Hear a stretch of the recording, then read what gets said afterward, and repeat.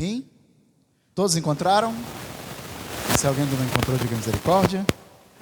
Alguns ainda não encontraram. Filipenses capítulo 3, versículo 1. Senhor meu Deus, meu Pai, Senhor, eis aqui a Tua palavra, eis aqui a Tua igreja. Te peço em nome do Teu Filho Jesus, que Tu possa falar conosco aqui essa noite, Senhor, por meio da Tua palavra, aos nossos corações, Pai. Pois necessitamos deste alimento, Senhor, para sermos fortalecidos, Pai. E também, Senhor, como direção para as nossas vidas. Pois, Senhor, a Tua palavra mesmo nos diz, Senhor, que luz para os nossos pés é a Tua palavra, lâmpada para os nossos pés, Senhor. Muitas vezes nós não compreendemos profundamente, Senhor, e a totalidade do que ela tem, Senhor, para nos dizer e nos revelar, Pai. Mas o pouco que possamos compreender, Senhor, vai iluminar o nosso próximo passo, Pai. E assim por diante, dia após dia. Portanto, Senhor, fala conosco aqui essa noite. Nos dá deste alimento, nos dá desta luz, nos dá desta força, nos dá desta cura, nos dá desta transformação, nos dá deste renovo, nos dá, Senhor, deste poder, nos dá, Senhor, do Teu Espírito, em nome de Jesus. Amém. Glória a Deus. Vamos ler o que está na Epístola aos Filipenses, capítulo 3, versículo 1. Quanto ao mais, irmãos meus, alegrai-vos no Senhor. A mim não me desgosta e é segurança para vós outros que eu escreva as mesmas coisas. Acautelai-vos dos cães, acautelai-vos dos maus obreiros, acautelai-vos da falsa circuncisão, porque nós é que somos a circuncisão, nós que adoramos a Deus no Espírito e nos gloriamos em Cristo Jesus e não confiamos na carne. Bem que eu poderia confiar na carne. Se qualquer outro pensa que pode confiar na carne, eu ainda mais. Fui circuncidado ao 8º dia, na linhagem de Israel, da tribo de Benjamim, hebreu, nascido de hebreus. Quanto à lei, fariseu. Quanto ao zelo, perseguidor da igreja. Quanto à justiça que há na lei, irrepreensível. Mas o que para mim era lucro, isto considerei perda por causa de Cristo. Sim, deveras considero tudo como perda por causa da sublimidade do conhecimento de Cristo Jesus, meu Senhor, por amor do qual perdi todas as coisas e as considero como refúgio, como lixo, como esterco, para ganhar a Cristo e ser achado nele, não tendo justiça própria que procede de lei, senão a que é mediante a fé em Cristo, a justiça que procede de Deus, baseada na fé, para o conhecer e o poder da sua ressurreição e a comunhão dos seus sofrimentos, conformando-me com ele na sua morte, para de algum modo alcançar a ressurreição dentre os mortos. Não que eu tenha já recebido ou já tenha obtido a perfeição ou a maturidade, mas prossigo para conquistar aquilo que também fui conquistado por Cristo Jesus. Irmãos, quanto a mim, não julgo havê-lo alcançado, mas uma coisa eu faço, esquecendo-me das coisas que para trás ficam e avançando para as que diante de mim estão, prossigo para o alvo, para o prêmio da soberana vocação de Deus em Cristo Jesus. Amém? Podem vos sentar, amados. Amados, eu coloquei um título nessa mensagem. O título dessa mensagem é que não se pode ganhar nada sem perder outra coisa. Não se pode ganhar nada sem perder outra coisa. Quem trabalha aqui, levanta a mão. Levanta mais alto. Para a gente ganhar o salário no final do mês é necessário o quê? Trabalhar. E o que requer o trabalho? Dedicação de tempo e esforço. Aplicação, né? Profissionalismo, não é verdade? E se você não for um bom profissional, você não cresce na sua área, não é verdade? Você fica estagnado e às vezes até você perde, a porta se fecha para você. Então, para você conquistar o salário, é necessário você sacrificar tempo, suor, esforço, dedicação. Não existe nada que você venha conseguir conquistar na sua vida que você não tenha que sacrificar alguma coisa para que você venha ganhar. E no mundo espiritual, igreja, não é diferente. Não é diferente. O apóstolo Paulo, ele começa este capítulo da epístola aos Filipenses, e a igreja de Filipe, ela era uma igreja excelente. A igreja de Filipe, o apóstolo Paulo louvava a excelência dessa igreja. Era uma das poucas igrejas que a gente não vê assim uma igreja que o foco era a exortação. O foco era ali, além da orientação, o foco era a preparação e o consolo. É uma das poucas igrejas que você vê esse trato diferenciado, a igreja de Filipe, né? E ele começa esse capítulo falando dos irmãos para se alegrarem no Senhor, e que eles não fiquem tristes, não fiquem desgostosos dele estar escrevendo novamente coisas que eles já tinham ouvido anteriormente. Não fiquem tristes, não fiquem desgostosos, não é motivo de tristeza para vocês, pelo contrário, isso é motivo de alegria, que eu esteja renovando sobre vocês as mesmas palavras que venham vos edificar. E ele começa alertando: tenham cuidado, acautelai-vos dos cães, dos maus obreiros, da falsa circuncisão. Qual é a falsa circuncisão? Os falsos judeus, os que se dizem que se converteram, mas verdadeiramente não se converteram. Porque nós é que somos a circuncisão, nós que adoramos a Deus no Espírito e nos gloriamos em Cristo e não confiamos na carne. Não podemos confiar na carne. Infelizmente, muitos de nós confiamos na carne. Confiamos que nós estamos certos, que o nosso ponto de vista é o correto, que a nossa opinião é a certa, que o outro aqui está errado, que a nossa visão é a visão certa, que os outros que não enxergam, os outros são manipulados, eu é que tenho a visão de águia, eu é que tenho a compreensão das coisas. Infelizmente, nós confiamos na carne. E é muito mais fácil estarmos inclinados às coisas da carne do que às coisas do Espírito. É muito mais fácil. É difícil você conseguir extrair de uma pessoa um comportamento verdadeiramente espiritual. É ou não é, pastor Rosângela? Às vezes é necessário muitos anos trabalhando numa vida para você conseguir extrair uma conduta, um comportamento verdadeiramente espiritual dessa pessoa, ou uma vida voltada, dedicada a fazer boas obras, a fazer a obra do Senhor, a fazer o bem ao próximo. É difícil, às vezes é necessário, e muitas vezes a pessoa até consegue, mas não precisa de muita coisa para que ela venha desistir disso. É ou não é verdade? Eu acho que todos nós aqui podem já dar testemunho disso. Não é preciso de muita coisa para as pessoas desistirem de fazerem a obra de Deus, ou desistirem de fazerem bem ao seu próximo. Não é necessário muita coisa. Então, é muito mais fácil nós estarmos inclinados às coisas da carne do que às coisas do Espírito. É muito mais fácil a gente se decepcionar com as pessoas do que nos alegrarmos com elas. É muito mais fácil abrirmos a nossa boca para destacarmos os defeitos das pessoas do que as qualidades delas. É muito mais fácil nós enxergarmos o pecado do outro do que enxergarmos as suas virtudes.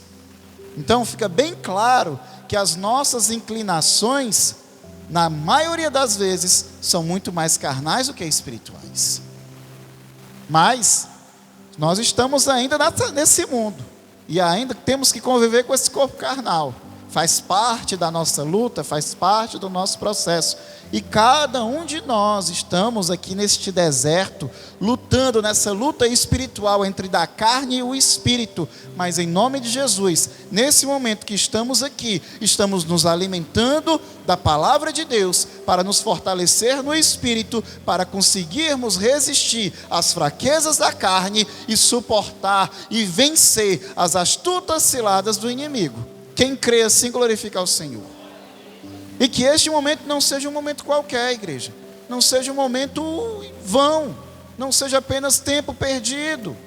Mas que seja verdadeiramente um momento espiritual. Que nós venhamos estar aqui verdadeiramente se alimentando dessa palavra.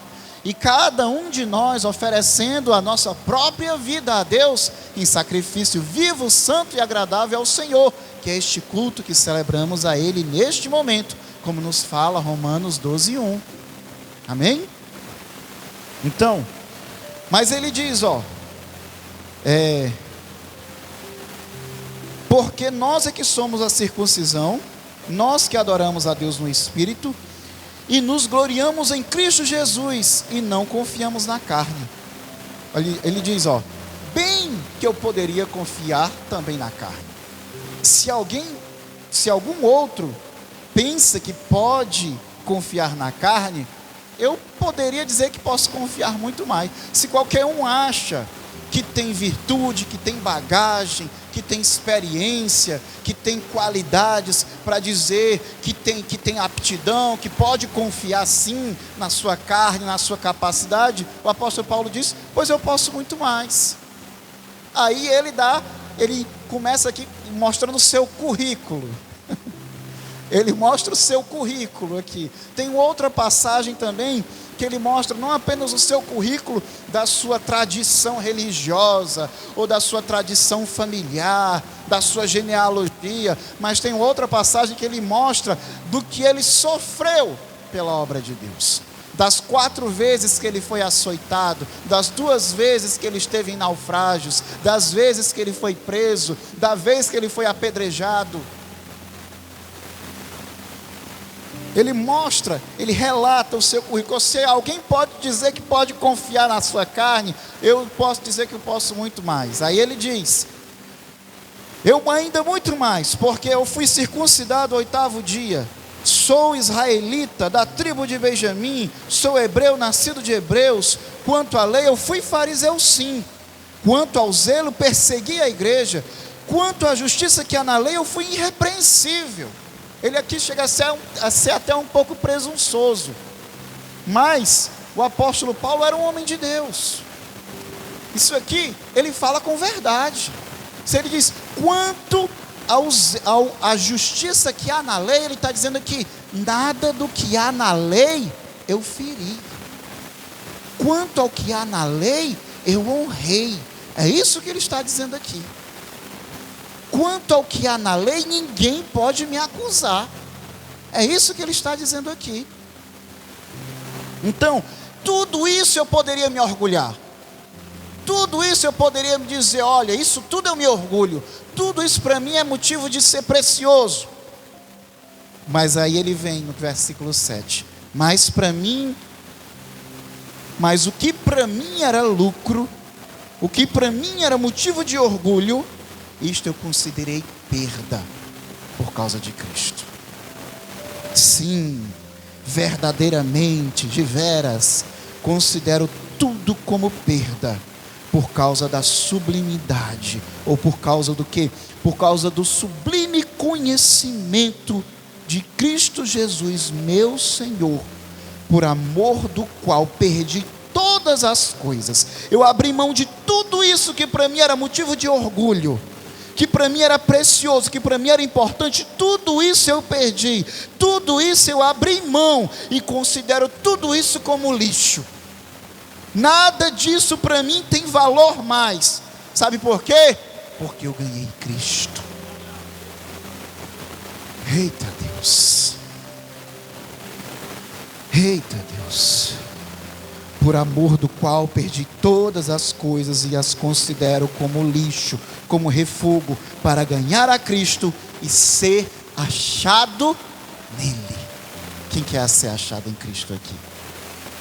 E eu te pergunto, igreja, você também perdeu todas as coisas para achar a Cristo?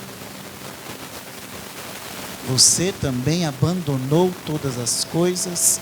Tudo aquilo que para você era motivo de alegria, motivo de orgulho, tudo que para você era importante, tudo que para você se apegava, tudo que para você era do seu antigo homem, da antiga mulher, do velho eu, você abandonou, você considerou isso como lixo, perdeu todas as coisas por causa de Cristo e ser achado nele?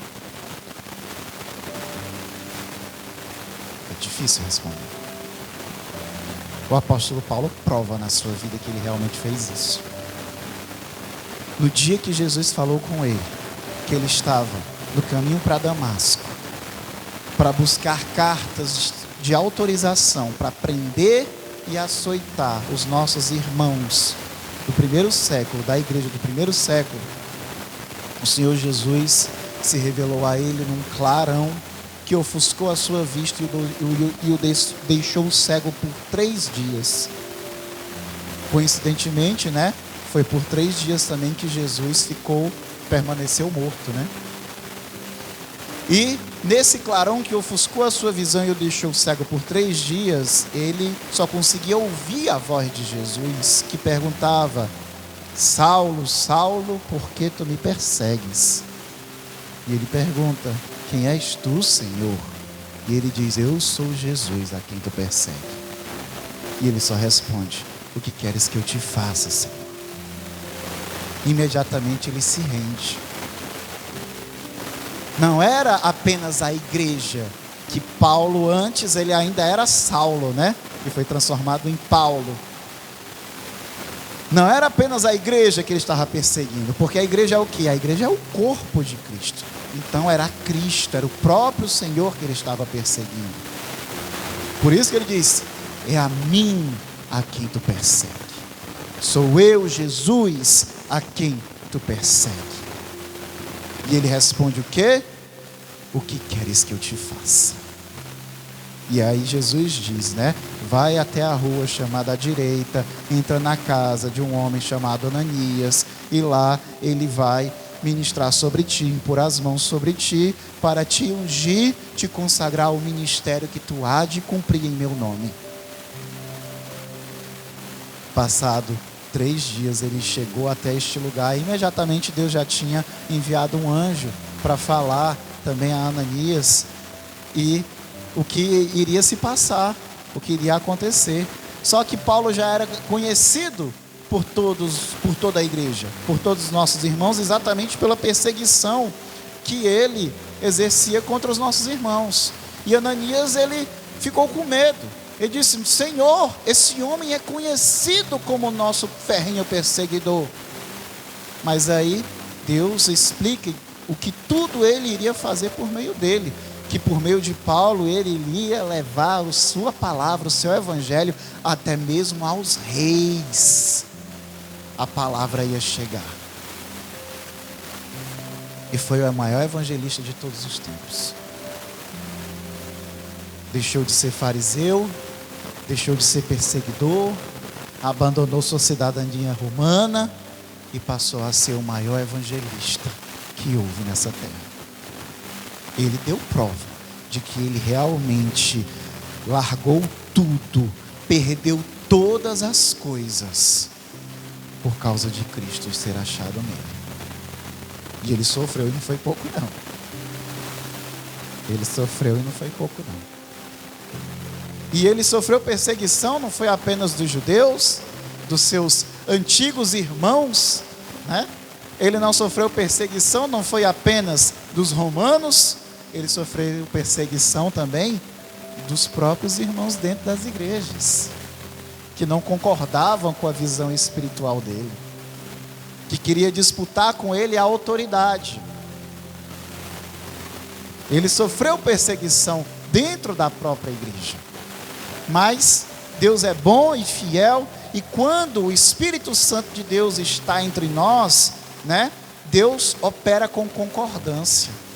O apóstolo Pedro, mesmo em dado momento, ele e o apóstolo Paulo tendo discordado quanto ao tratamento em relação aos gentios, né, que o apóstolo Pedro, em um momento, ele tratava os irmãos gentios de forma diferente dos irmãos judeus, né? O apóstolo Paulo foi lá e exortou o apóstolo Pedro. Aí o apóstolo Pedro foi e se consertou, aceitou a exortação do apóstolo Paulo.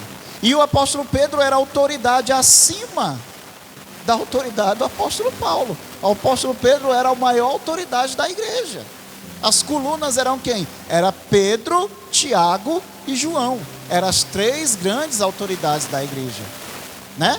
Era Pedro, Tiago e João. E o apóstolo Paulo, quando via lá em Antioquia, quando chegavam os irmãos judeus na igreja, né, a mando de Tiago, que Tiago, ele presidia a igreja na Judéia, a igreja em Jerusalém, né? Os irmãos de Jerusalém chegaram em Antioquia para trazer uma carta de Tiago para convocar as lideranças para uma reunião, né? O primeiro concílio de Jerusalém, que ia tratar exatamente a respeito da conversão daqueles que não eram judeus, porque eles se admiraram dessa novidade, de que tinham mais pessoas fora de Jerusalém, fora de Israel, aceitando Jesus, do que dentro de Israel. E eles se admiraram daquilo porque eles recebiam do Espírito Santo ao ponto de falarem também em línguas estranhas. Eles se admiraram, como nós vamos lidar com isso? Então, Tiago mandou carta para convocar as lideranças para discutir sobre esse assunto. E aí esses emissários de Tiago chegaram lá em Antioquia, onde estavam Paulo e Pedro. Quando chegaram os emissários, o apóstolo Pedro mudou o tratamento dele com os irmãos de Antioquia, que não eram judeus. Eram irmãos gentios, que não eram da linhagem de Abraão, né? E aí o apóstolo Paulo ficou observando. Não, isso não está certo não. Os irmãos estavam numa boa aqui, aí chegam os irmãos de Jerusalém, daqui a pouco eles estão tratando aí com diferenciação, com acepção de pessoas. Isso não está certo não. Ele diz, vem cá Pedro, vem cá, deixa eu te falar aqui, ó. Isso aqui não está certo não, irmão. Não está certo não. Como pode tu fazer um negócio desse? Como tu pode cobrar cobrar do povo gentil uma coisa que nem mesmo nós conseguimos cumprir? E aí ele exortou Pedro, e Pedro caiu na real e se consertou, aceitou a exortação, né? Aceitou a exortação ali de boa. E ali, ou seja, o que isso demonstra o quê? Mesmo com opiniões diferentes, o Espírito Santo estava em ambos. E como o Espírito Santo estava em ambos, houve a concordância. Está vendo como agir? Isso acontece muito comigo e a pastora. Né? Às vezes as opiniões diferentes, as testas se batem, né, pastora? Mas o Espírito Santo fala mais alto. Não é verdade? Glória a Deus e aleluia. Quando o Espírito Santo está ali, igreja, o Espírito Santo sempre fala mais alto. Mas agora, quando o Espírito Santo não está, ou o Espírito Santo está só em um e não está em outro, sabe o que é que acontece? Aí existe ruptura, aí existe divisão. É o que acontece. Mas como o Espírito Santo estava em Paulo, estava em Pedro, estava em Tiago, estava em João, quando você lê as epístolas, tanto o apóstolo Paulo recomenda o ensino do apóstolo Pedro, recomenda o ensino do apóstolo João, recomenda o ensino de Tiago, que esse Tiago da epístola de Tiago não é o apóstolo Tiago, é Tiago, irmão de Jesus, né? Meio irmão de Jesus, né? Quando ele recomenda, inclusive é o próprio apóstolo Paulo que chama Pedro, Tiago e João de colunas da igreja. É o próprio apóstolo Paulo que chama eles de colunas. Então ele recomenda as outras lideranças, os outros apóstolos como colunas e como autoridades. Assim como também quando lemos também a epístola do apóstolo João e a epístola do apóstolo Pedro, eles também recomendam os ensinos do apóstolo Paulo. Eles recomendam também, ambos recomendam os ensinos do apóstolo Paulo. E ao ler também a epístola de Tiago, nós vemos o alinhamento da doutrina que Tiago ensina com a doutrina do apóstolo Paulo. Então, o que é que você observa ali? Quando o Espírito Santo habita nas pessoas, existe um alinhamento entre elas. Mas o apóstolo Paulo enfrentou muita oposição. Enfrentou muita oposição, não apenas fora, como eu já falei, mas principalmente dentro da igreja. Dentro da igreja foi onde ele mais enfrentou oposição. E é o que ele alerta: acautelai-vos quanto aos cães, acautelai-vos quanto aos maus obreiros, acautelai-vos quanto aos da falsa circuncisão. É isso o que ele está alertando. Tenham cuidado. E ele já deu mais do que prova, igreja, de que ele realmente abandonou tudo e perdeu tudo por amor de Jesus. Coisas que talvez a maioria de nós não conseguimos provar. A maioria de nós talvez não conseguimos provar que nós abandonamos tudo, que aquilo que para nós era precioso, aquilo que para nós era motivo de orgulho, que nós consideramos como perda por causa de Cristo. Que verdadeiramente consideramos tudo como perda por causa do sublime conhecimento de Cristo Jesus, nosso Senhor, por amor do qual perdemos todas as coisas e as consideramos como lixo para ganhar a Cristo e ser achado nele, não tendo em nós justiça própria que procede da lei, senão a que é mediante a fé em Cristo, a justiça que procede de Deus, baseada na fé, para o conhecer e o poder da sua ressurreição e a comunhão dos seus sofrimentos, conformando-me com ele na sua morte, para de algum modo alcançar a ressurreição dentre os mortos. Amém, amados? E aí ele termina esse trecho dessa passagem falando: não que eu já tenha recebido ou já tenha obtido a perfeição.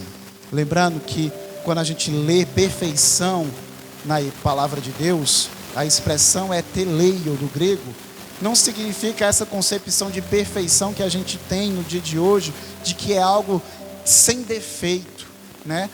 A palavra grega e a concepção bíblica de perfeição é algo completado, algo amadurecido, é algo que atingiu a maturidade, a completude. É isso que significa ser perfeito na visão dentro da palavra de Deus. Não é algo que é livre de defeito, porque quem não tem defeito é apenas Jesus. Só Jesus não tem defeito. Amém? Então ele diz: não que eu já tenha obtido a perfeição, ou seja, não que eu já tinha atingido o ponto ideal, não que eu já seja totalmente amadurecido, não que a obra do Senhor já tenha sido totalmente completada em mim. Não, mas eu prossigo para conquistar aquilo para que eu também já fui conquistado por Cristo Jesus. Não que eu já tenha alcançado, não que eu já tenha obtido essa maturidade, não que eu já tenha obtido o crescimento ideal, não, mas uma coisa eu faço: eu prossigo para conquistar aquele que me conquistou. Mesmo que tudo que eu possa fazer, nada possa me fazer merecer a isso, ainda assim eu prossigo para conquistá-lo, porque ele já me conquistou. Sabe quando você tem aquele amor incondicional de pai e mãe, que você tem um pai e uma mãe maravilhoso que faz tudo por você, que você sabe que você não precisa fazer nada para ter esse amor, sabe disso? Mas ainda assim você quer fazer, porque você quer fazer ele se orgulhar de você. É isso que o apóstolo Paulo está falando. Não que eu possa fazer alguma coisa que eu venha merecer esse amor. Não, porque esse amor eu não mereço. A qualidade de ser amado não vem de mim. A qualidade de eu ser amado vem daquele que me ama.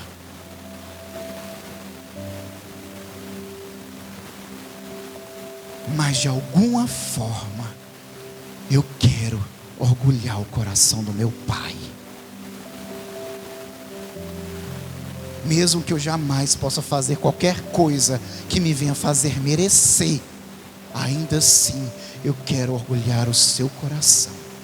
Sabe quando a palavra de Deus fala lá no livro de Jó, que os anjos, quando estavam reunidos na presença de Deus, de repente chegava Satanás no meio deles, e aí Deus olhava para Satanás e dizia: de onde tu vens? E ele diz: eu venho de rodear a terra e observá-la. E aí Deus pergunta: pois tu viste o meu filho Jó, varão reto, íntegro, temente a Deus, que se desvia do mal. Deus falava de Jó com orgulho. Já pensou, hein? Satanás chega na presença de Deus, Deus pergunta: de onde é que tu vem? Eu vim de rodear a terra e de observá-la. Ele diz: tu viste a minha filha Marineide, mulher que edifica sua casa, mulher sábia, que leva a palavra à sua família, que intercede, que aconselha, que ora. Tu viste? Já pensou?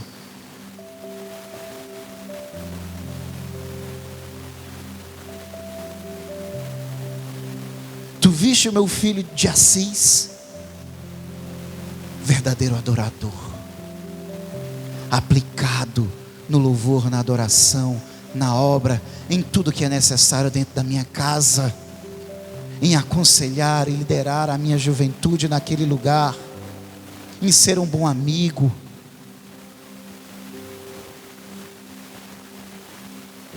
Tu viste o meu filho Aurismar, a minha filha Ana, o meu filho César, que estão sempre dispostos a ajudar quem precisa, estão sempre atentos quem estão necessitando, e que não fecham a mão ao necessitado, mas estende a ajuda, que olha para o faminto, que olha para o nu e para o sedento.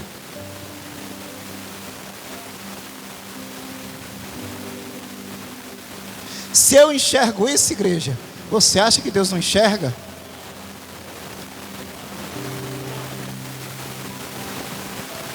Tu viste o meu filho Sérgio, a qual o inimigo tentou se levantar contra a sua vida, a qual o inimigo tentou se levantar contra a sua casa, atentou contra a sua vida, tentou fazê-lo parar e desistir, mas ele só cresce na minha obra.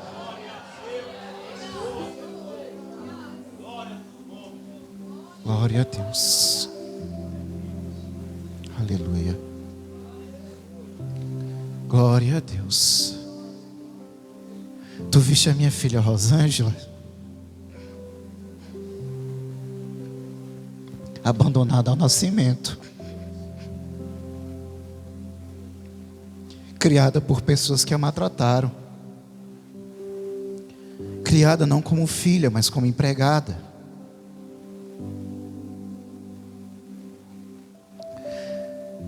Teve que trabalhar para se sustentar desde os 14 anos, para ter o mínimo.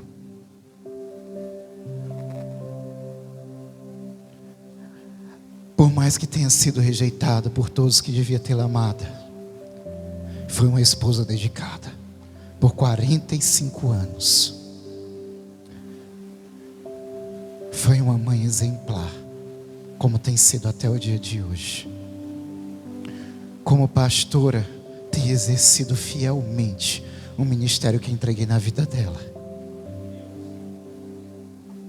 E apesar de estar passando momentos tão difíceis, não retrocede um passo daquilo que eu a chamei.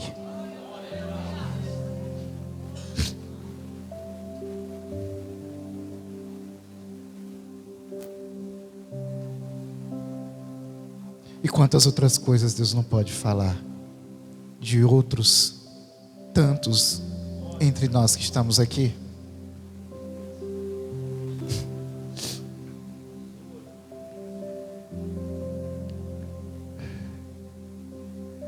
Quando o negócio aperta, igreja, é que a nossa vida se revela. Quando o negócio aperta, é que realmente se nós mostramos. se a nossa conversão foi superficial ou se foi profunda.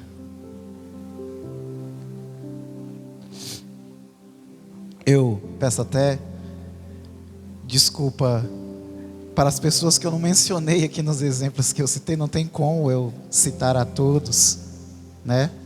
Não tem como eu citar a todos. Poderia citar outros, não tem como citar a todos. E eu sei que tem alguns irmãos que são ciumentos. Tem alguns irmãos que quando eu aqui no altar, eu destaco a obra que Deus está usando, né? Está operando na vida de uns, ou a transformação, a conversão que Deus operou. Tem alguns irmãos que depois eu fico sabendo que ficam dizendo: "Este pastor nunca fala de mim." mas o pior é que às vezes eu falo, é porque os irmãos esquecem, né? Amém, amados? Que Deus abençoe a todos, igreja. Saiba que eu amo todos vocês. E Deus muito mais ama vocês. Viu, igreja? Em nome de Jesus. Se eu consigo enxergar essa obra e essas virtudes na vida de vocês, Deus consegue enxergar infinitamente mais. Infinitamente mais. E pode ter certeza que o inimigo também vê. E ele vai fazer de tudo para destruir qualquer coisa que Deus possa querer operar na vida de vocês e por meio de vocês. Portanto, sejam firmes, sejam perseverantes na obra do Senhor, em nome de Jesus. Amém? Continuando então, igreja. Não que eu já tenha alcançado a maturidade, a plenitude, mas eu prossigo para conquistar aquilo que também já foi conquistado por Cristo Jesus. Irmãos, quanto a mim, eu não julgo havê-lo alcançado, mas uma coisa eu faço, esquecendo-me das coisas que para trás ficam e avançando para as que diante de mim estão, prossigo para o alvo, para o prêmio da soberana vocação de Deus em Cristo Jesus. Ele diz o quê? Não julgo já havê-lo alcançado, mas uma coisa eu faço. Se tinha alguma coisa que me prendia, se tinha alguma coisa ainda que me limitava, alguma coisa que me entristecia, que me magoava, tudo isso eu deixo para trás. Se tinha alguma coisa que me feriu, alguma coisa que trazia à minha mente, ao meu coração, tristeza ou pesar, tudo isso eu deixo para trás e avanço para as que diante de mim estão. Deixo para trás o velho eu, deixo para trás as mágoas, deixo para trás as tristezas, deixo para trás os traumas, deixo para trás a vaidade, deixo para trás a angústia, deixo para trás a ansiedade, deixo para trás as tristezas, deixa para trás as decepções. Avança diante de ti está as promessas. Diante de ti está renovo, diante de ti está cura, diante de ti está provisão e prosperidade, diante de ti está a verdadeira alegria, diante de ti está a paz, a verdadeira paz, não a paz que este mundo conhece, mas a paz de Deus, que excede todo o entendimento. Oh, aleluia. Glória a Deus. Achar a Cristo significa abrir mão de tudo que éramos antes de conhecê-lo, para nos tornar novas criaturas. Para que venha a nascer o novo, o antigo tem que morrer. Para que a semente venha germinar, antes que a semente germine, a semente morre. 2 Coríntios 5,17. E assim, se alguém está em Cristo, nova criatura é. As coisas antigas já passaram, eis que se fizeram novas. Quem está em Cristo aqui? Glória a Deus. Então, se estamos em Cristo, somos então novas criaturas. Se somos novas criaturas, as coisas antigas já passaram. Não é verdade? Então, eis que se fizeram novas. Mas será que estamos verdadeiramente deixando as coisas antigas passar? Ou será que estamos trazendo à tona elas novamente, e de novo, e de novo, e de novo, e de novo? Estamos remoendo as coisas antigas dia após dia. Porque se trazemos à tona aquilo que é antigo, e ainda mais aquilo que é antigo e aquilo que nos faz mal, como então podemos alcançar aquilo que é novo? Não tem como. Não tem como. Aí eu lembro, o pastor Rosângela ministrou muito ano passado, e eu acho que ela chegou a ministrar pelo menos uma vez este ano, o tal do ciclo. Os ciclos que passamos. Muitas pessoas passam vários ciclos na sua vida, e tem delas que passam ciclos que não terminam mais. Porque elas passam ciclos que elas rodam e sempre terminam no mesmo lugar. Por quê? Porque elas não aprendem com esse ciclo, elas não aprendem com essa experiência. Mas quando nós aprendemos com a experiência, quando nós aprendemos com o ciclo, nós subimos um degrau. Então, mesmo que nós venhamos girar, nós vamos fazer uma espiral. Nós vamos subindo, como se fosse aquelas escadas espirais, né? Que a pastora chama de ciclo coloidal, né? Mesmo que nós venhamos fazer o ciclo vai se elevando. E vamos adquirindo novas experiências e chegando em posições melhores. E alcançando coisas novas, como acabamos de ler aqui em 2 Coríntios 5,17. Se somos novas criaturas, quem está em Cristo, nova criatura é. As coisas antigas já passaram, eis que se fizeram novas. Para você alcançar novidades na sua vida, você tem que deixar as coisas antigas para trás. As coisas antigas passaram, igreja. Não é fácil deixar que Deus nos molde um novo caráter, um novo eu. Não é, mas é necessário. Somente quem passa pela transformação de vida e a renovação de mente pode experimentar a boa, agradável e perfeita vontade de Deus, como fala Romanos 12:2, né? Não vos conformeis com este século, mas sede transformados pela renovação da vossa mente, para que experimenteis qual seja a boa, perfeita e agradável vontade de Deus. Mateus 13:44 fala: o reino de Deus é semelhante a um tesouro oculto no campo, um qual certo homem, tendo achado, o escondeu. E, cheio de alegria, vai, vende tudo o que possui e compra aquela terra, compra aquele campo, para que então ele possa se apossar do tesouro que ele encontrou. Você entende o que isso significa, igreja? Ele disse o quê? O reino de Deus, o reino dos céus, é semelhante a um tesouro escondido num campo. Aquele tesouro pertence a quem? Ao dono do campo, né? O tesouro pertence ao dono do campo, de forma que, mesmo que outra pessoa que encontre o tesouro, ele não pode se apropriar do tesouro, porque o tesouro está no campo que não pertence a ele. Tudo que está naquele campo pertence ao dono do campo. Então ele não pode se apossar de nada que está ali, mesmo que tenha sido ele que tenha encontrado. Então o que é que ele faz? Ele deixa o tesouro lá no cantinho onde ele encontrou, escondidinho. O que é que ele faz? Pega tudo que ele tem, vende tudo, todas as posses dele ele vende, tudo que é necessário para conquistar, para merecer, para comprar aquele campo.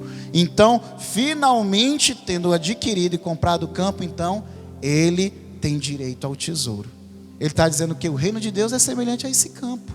Se eu encontro o reino de Deus, então tudo aquilo que tinha na minha vida antes de encontrar esse tesouro, perde o valor. Tudo antes de encontrar esse tesouro não tem mais significado.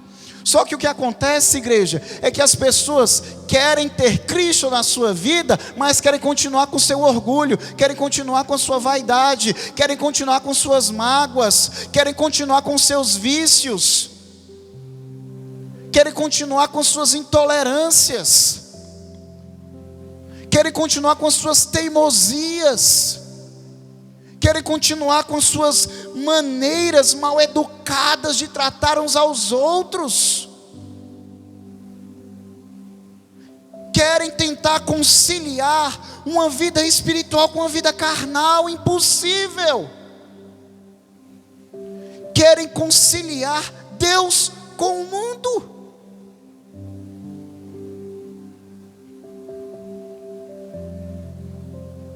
Querem dividir este templo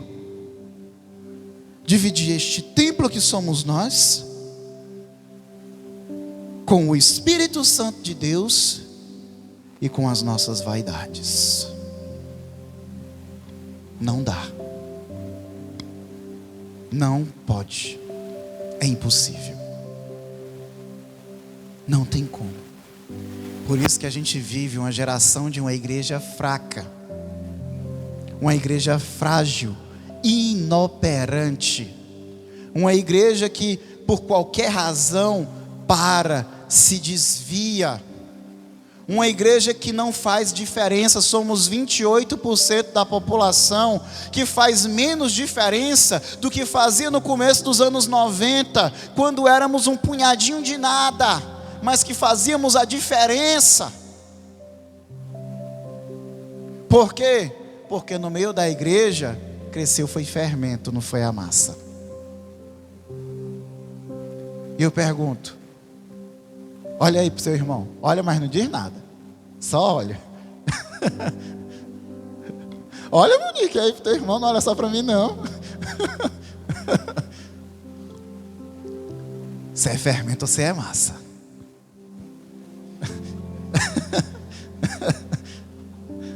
Porque o fermento ele gera o quê? Ele gera aquela bolha de ar, né? Daquele inchar. Sabe quando você compra aquele pãozinho barato? Aquele pão barato, ele vem bem inchadão, né? Aí você amassa, ele fica bem fininho, fica bem levinho, quase não tem peso, né? Você fura, é só o vento, é só o ar, não sobra nada. Você é massa ou você é fermento? Quem somos nós? Quem somos nós? Quando passarmos pelo fogo, né? Pãozinho lá no forno, você vai, quando o pão crescer, você vai ser uma bolha de ar, ou você vai ser uma massazinha bem gostosa? Hein? Porque a palavra de Deus também nos chama o quê? Fala também do trigo e do joio, né? A palavra de Deus nos compara com tanta coisa. Nos compara com árvore, nos compara com fruta, nos compara com grãos, com trigo, né? Nos compara com tanta coisa. Somos comparados também com trigo. Mas ele fala que também existe o joio no meio do trigo.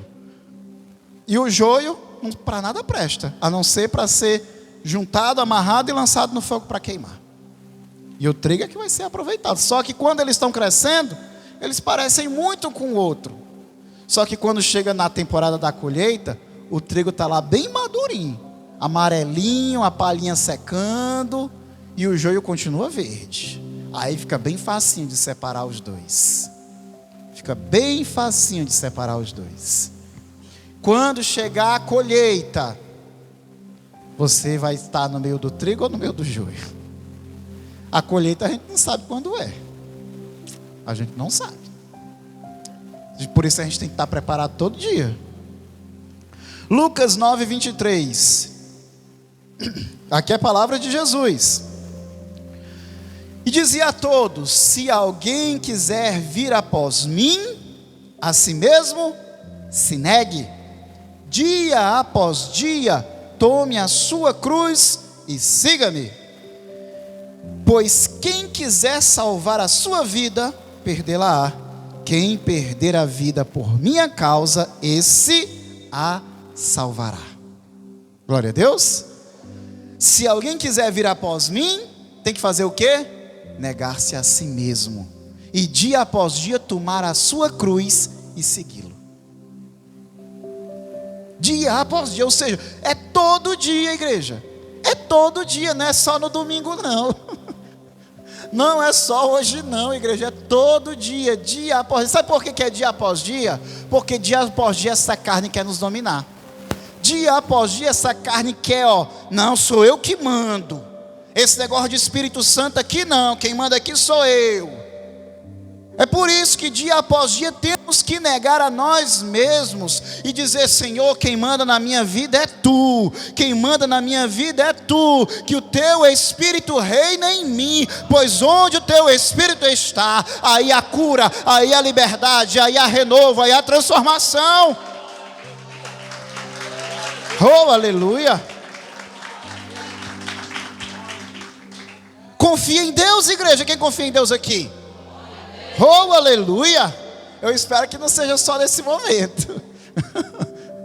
Aleluia! Quem quiser vir após mim, negue-se a si mesmo, e dia após dia tome sua cruz e siga-me, pois quem quiser salvar a sua vida, perdê-la-á. Quem perde a sua vida por minha causa, esse a salvará.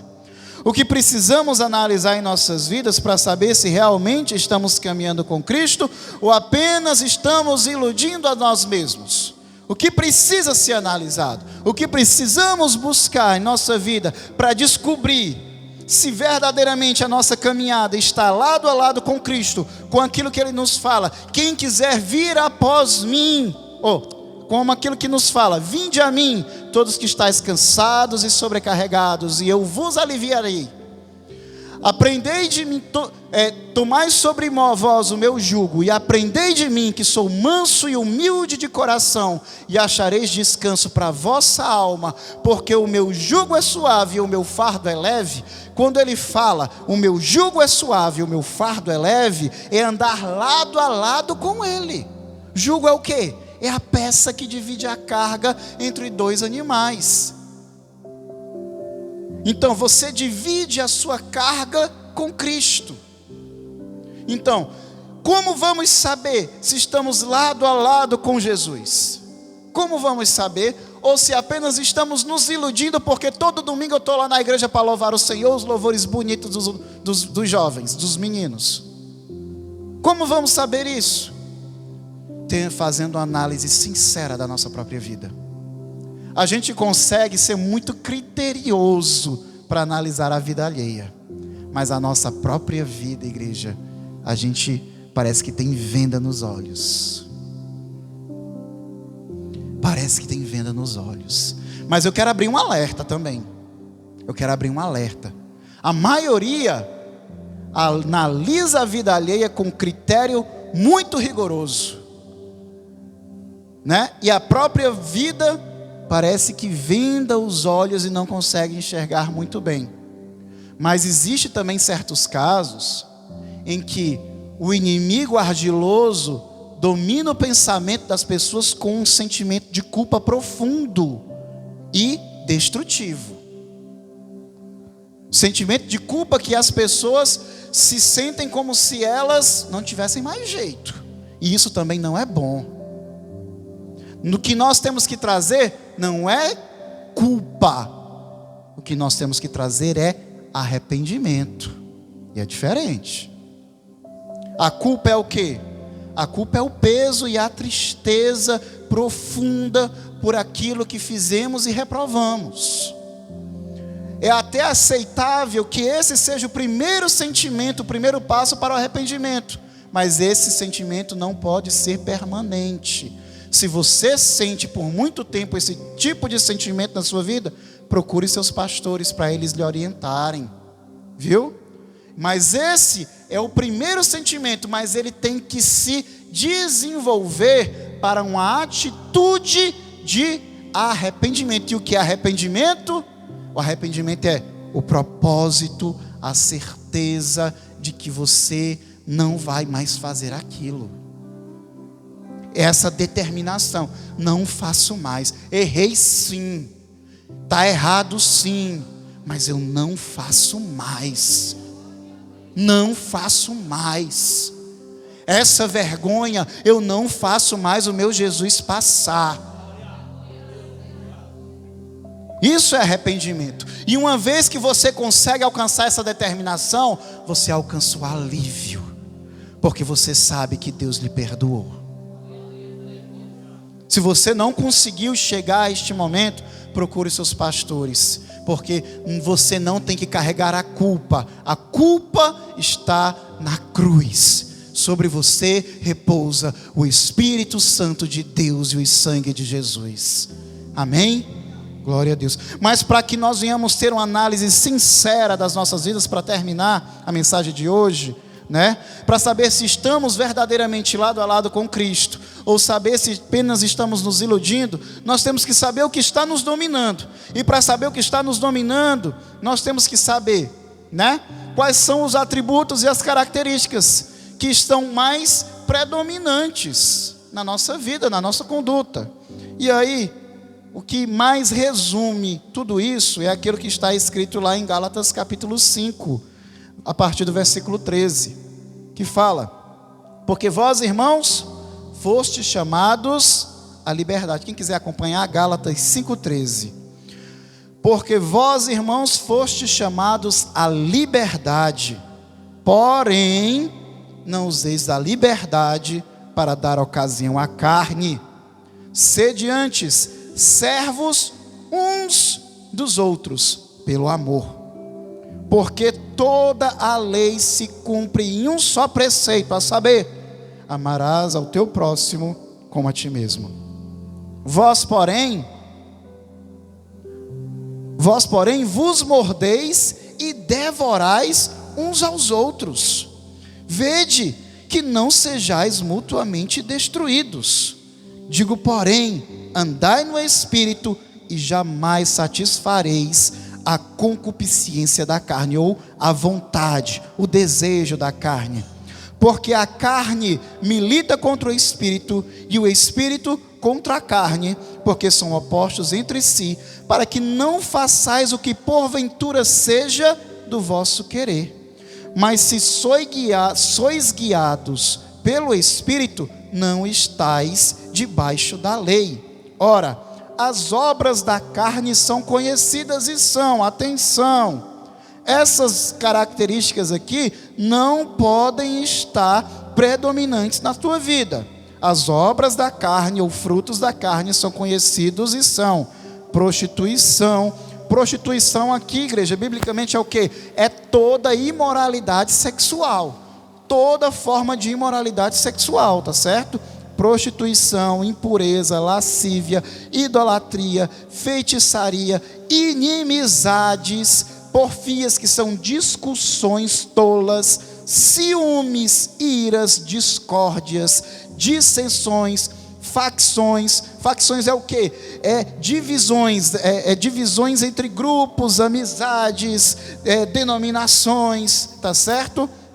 Invejas, bebedices, glutonarias e coisas semelhantes a estas, a respeito das quais vos declaro, como já outrora vos preveni, que não herdarão o reino de Deus o que tais coisas praticam. Amém? Vou ler mais uma vez. Ora, as obras da carne são conhecidas e são prostituição, impureza, lascívia. Lascívia é o quê? É aquela malíciazinha que a gente tem, de ficar maldando as coisas, de tudo que a gente vê, a gente ouve, a gente enxerga da forma negativa ou imoral. Isso é lascívia, sabe? De a gente ver as coisas como as pessoas são mal intencionadas, ou as pessoas estão com segundas intenções. Isso é lascívia. Cuidado, porque às vezes a gente acha que os outros são corruptos, perversos, imorais, mas às vezes é o nosso olho e o nosso coração que é contaminado demais, ao ponto de tudo que a gente vê por esses olhos, por essa ótica. Cuidado. Minha avó dizia uma coisa, que a gente só espera do outro aquilo que a gente é capaz de fazer. Nem sempre isso é verdade, mas muitas vezes é. Cuidado. Vamos lá. Lascívia, cadê? Lascívia, 20. Idolatria, feitiçaria, inimizades, porfias, ciúmes, iras, discórdias, dissensões, facções, invejas, bebedices, glutonarias e coisas semelhantes a estas, a respeito das quais eu vos declaro, como já outrora vos preveni, que não herdarão o reino de Deus os que tais coisas praticam. Mas o fruto do Espírito é, agora esse sim nós temos que ter, amor, quem tem amor glorifica aí a Deus, verdadeiro, não fingido, e para com todos os próximos. E o próximo quem é? Todos aqueles que Deus coloca em nosso caminho. Amor, alegria. Quem é alegre aí? Nem todo mundo é alegre não, viu? Tu é, né, César? O irmão César é, mesmo com dor, mesmo com ciático, só misericórdia, o hérnia de disco ali gritando. Amor, alegria, paz, longanimidade. Longanimidade é paciência, muita paciência. Esse aqui eu tenho que me trabalhar. Senhor, me ajuda na paciência, Senhor. Benignidade, bondade, fidelidade, mansidão, domínio próprio.